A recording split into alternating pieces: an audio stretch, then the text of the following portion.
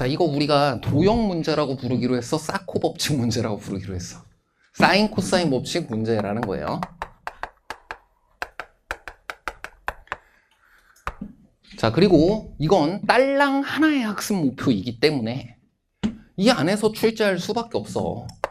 얘를 기능적으로 이용해서 세변, 세각을 구하도록 삼각형 뭐뭐뭐에서 무슨 법칙에 의하여 이 변의 길이를 구하면 이거다 라는 부분을 중심으로 묻거나, 아니면 그 내용들을 한 번에 찾아내기는 조금 어려운 고난도 문제들은 상위평가 기준이 이것의 의미 및 유도 과정으로 돼 있어요.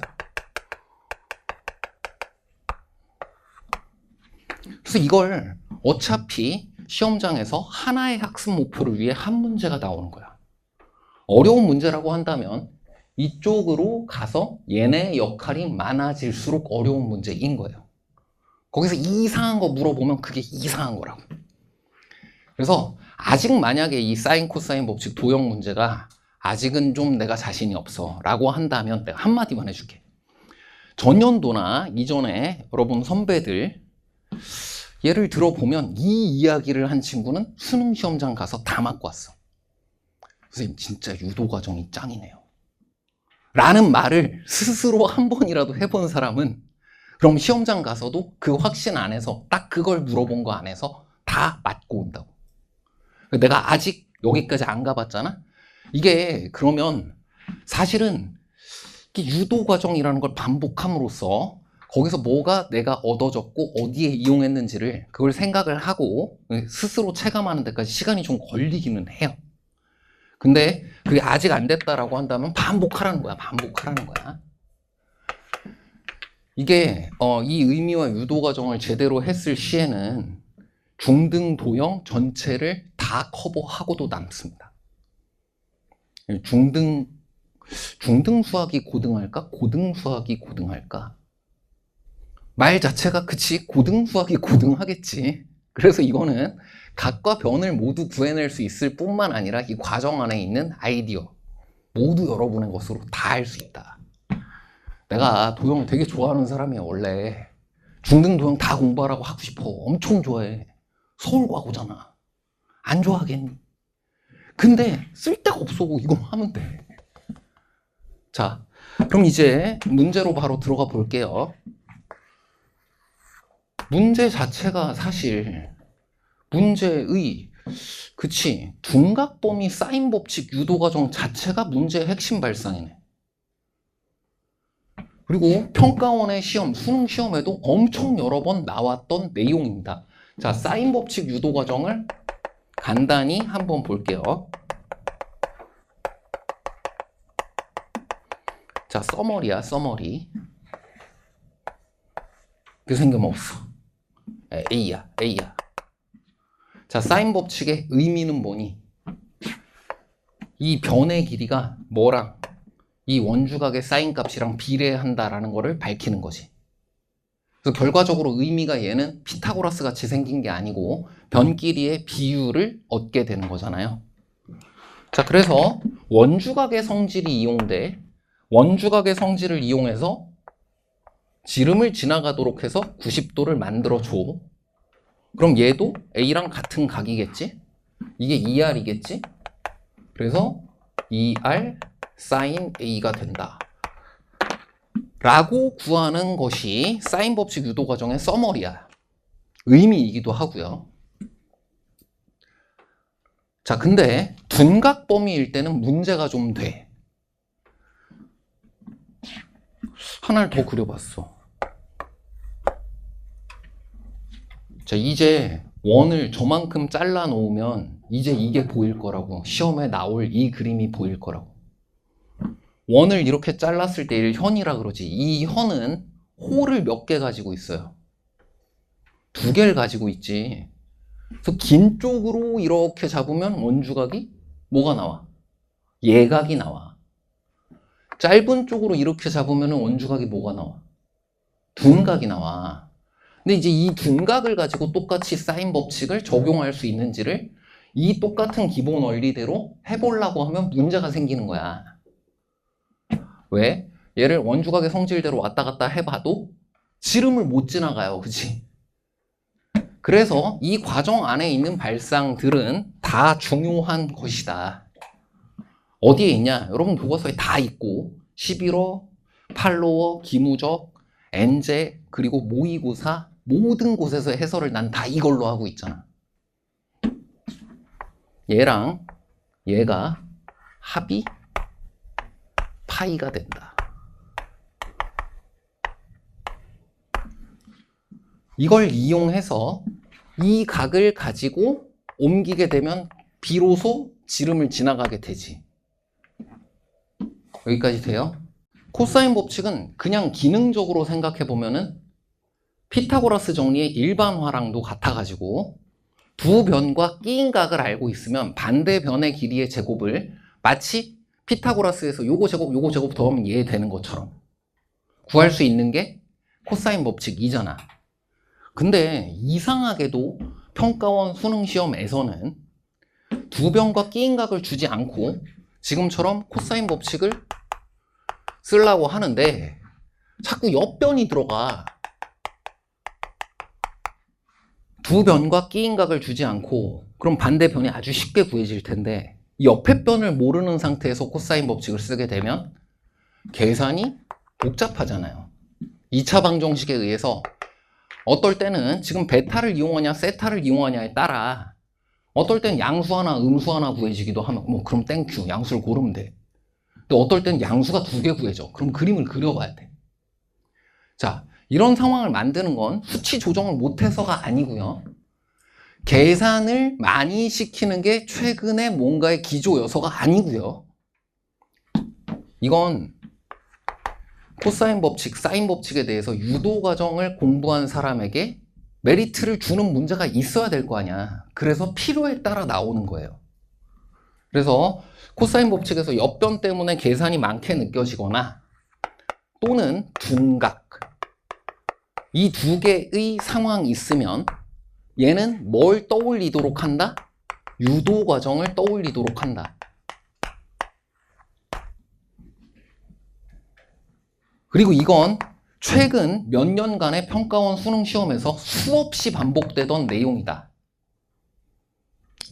그래서 이 기본적인 풀이 하나를 일단 했으면 자, 유도 과정이에요. 코사인 법칙 유도 과정 잠깐 얘도 살피고 가자.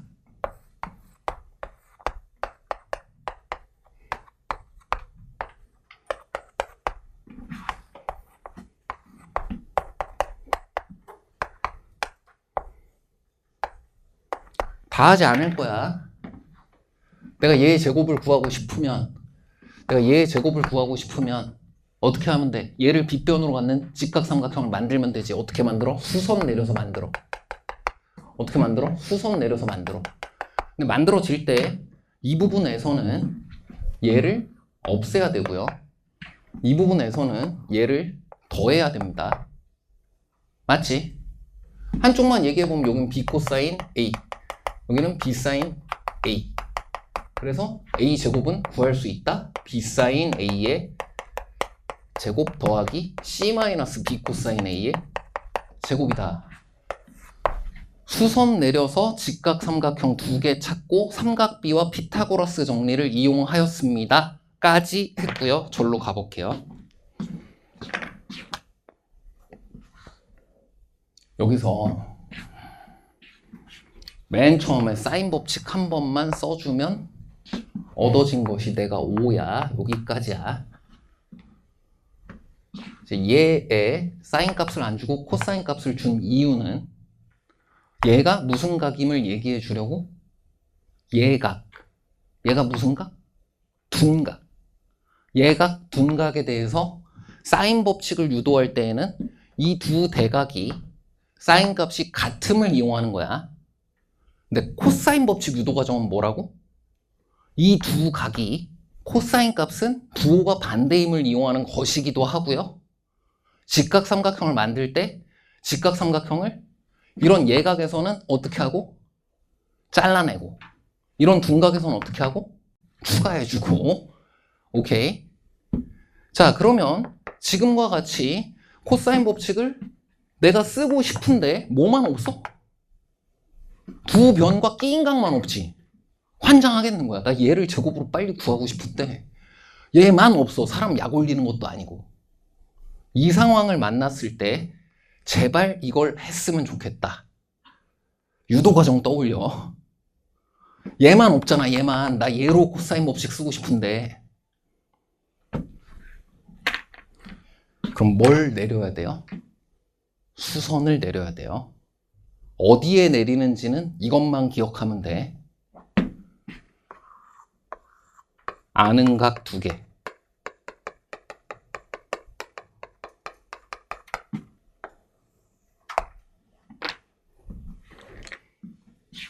수선을 이렇게 내린다. 삼각형을 추가할 거야. 이 베타를 그대로 쓰는 게 아니라 뭘 쓰는 게 더 편해? 유도 과정 그대로? 알파를 쓰는 게 더 편해. 알파를 쓰는 게 더 편해. 거기다 사인 값을 곱하면 요게 나오겠지만 지금 피타고라스까지 쓸 필요도 없는 상황이야. 자, 얘를 구해보겠습니다. 요만큼. 뭘로 구하면 돼? 5 코사인 알파로 구하면 되지. 됐어요?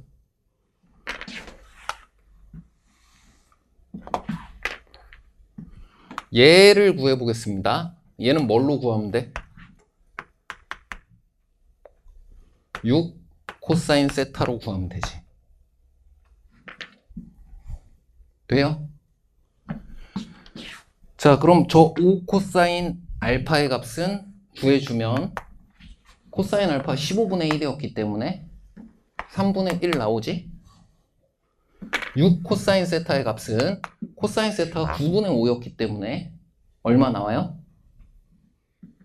어렵다. 3분의 10 나와요? 그 둘 빼면 얼마? 3. 코사인 법칙 유도 과정은 직각삼각형을 잘라내거나 집어넣거나 하면서 변의 길이를 더하고 빼는 거예요. 여기까지 와? 오케이. 자, 그럼 더 가보자. 여기가 3인데 지금 이 문제에서는 거기다가 3을 2를 더해주면 이 변의 길이가 나온다고 했어요. 5. 그러고 보니까 얘가 뭐야? 이 변 2개가 같아.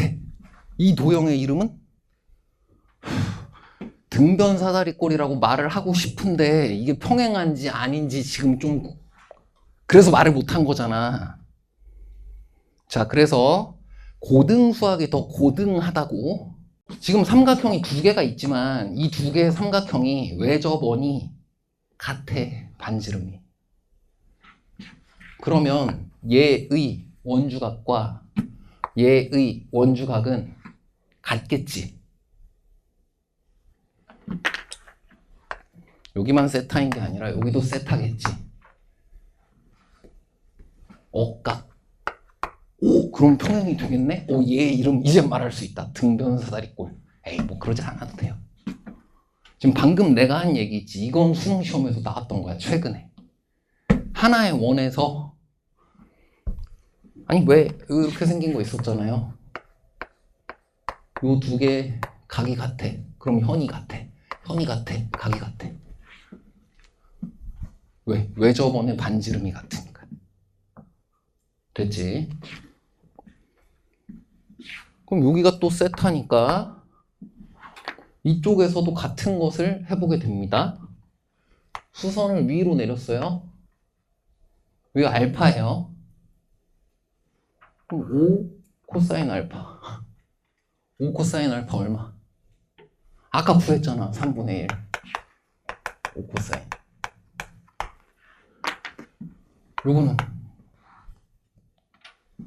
요건 6 코사인 세타. 얼마? 3분의 10. 둘 더하면 3분의 11. 왜 우리가 옆변을 가지고 코사인 법칙을 이용을 하면 가끔 2개씩 나오는 이유. 가끔 2개씩 나오는 이유. 사실 이런 거거든. 이 각의 크기를 내가 알아요. 얘를 알아.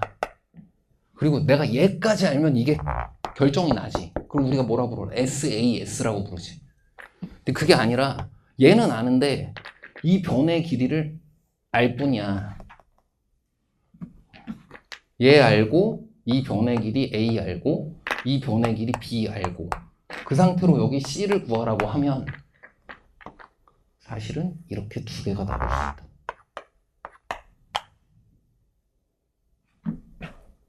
그럼 C가 요게 나올지?